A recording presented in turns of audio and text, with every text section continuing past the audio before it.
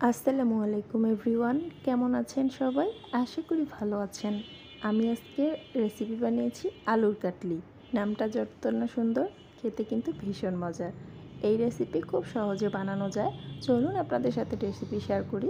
প্রথমে আমি একটা মশলা তৈরি করে নিচ্ছি। এখানে তার জন্য আমি জিরা আর মৌরি আর 3টার মতো শুকনো মরিচ একটু ভালোভাবে ভেজে নিচ্ছি।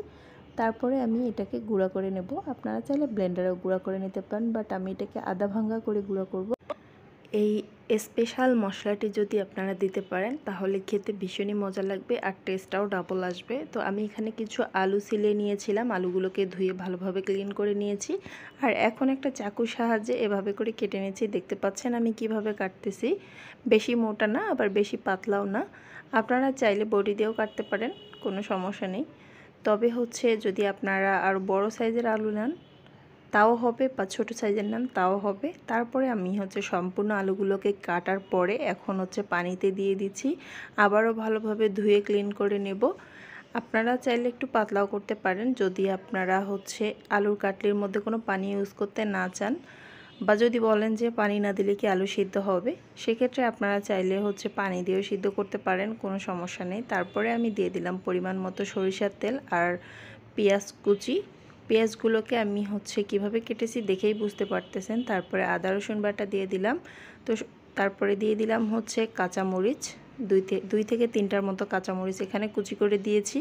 তো দেওয়ার পরে সম্পূর্ণ মশলাটাকে নেড়েচেড়ে যতক্ষণ না পর্যন্ত কাঁচা গন্ধটা চলে গেছে ততক্ষণ পর্যন্ত মশলাটাকে ভালোভাবে কষিয়ে নিয়েছি।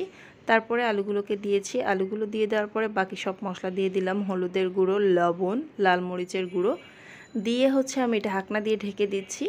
আমি এখানে কোনো পানি অ্যাড করিনি। আমার আলু থেকে যে পানিগুলো উঠেছিল সে পানি দিয়ে কিন্তু সিদ্ধ হয়ে যাবে, কারণ আমি অনেক বেশি মোটা করে কাটিনি, আলুগুলো পাতলা করে কেটেছিলাম।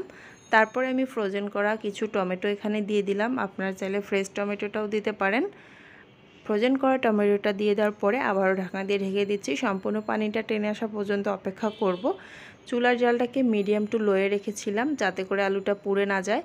আর এই সেই মশলা যেটা আমি ভিডিও শুরুতেই রেডি করে রেখেছিলাম সেটা এ পর্যায়ে দিয়ে দিলাম, দেখতে পাচ্ছেন।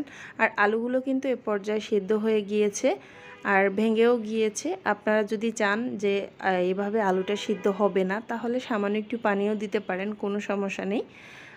আমি এখানে যে প্রসেসে রান্না করেছি এই প্রসেসে যদি আলু কাটলি আপনারা তৈরি করেন তাহলে আপনারাও খেয়ে ফিদা হয়ে যাবেন, এতটাই মজা। নামটা যতটা না সুন্দর, খেতে কিন্তু ততটাই মজা। ব্যাস তৈরি হয়ে গেল আমার আলুর কাটলি। আমি এখন নামিয়ে আপনাদেরকে সার্ভ করে দেখিয়ে দিচ্ছি কতটা সুন্দর হয়েছে আলুর কাটলি। এটা যখন আমি খেয়েছিলাম মনে হয়েছিল যে আমি এর প্রেমে পড়ে গেছি। এটা যদি আপনারা রুটি, পরোটা, তারপরে নান, যে কোনো কিছুর সাথেই সার্ভ করতে পারবেন। আবার চাইলে এমনি এমনিও খেতে পারবেন। আমি তো এমনি এমনি খেয়ে শেষ করে ফেলেছিলাম, রুটি ভাজার আর সময়ই পাইনি।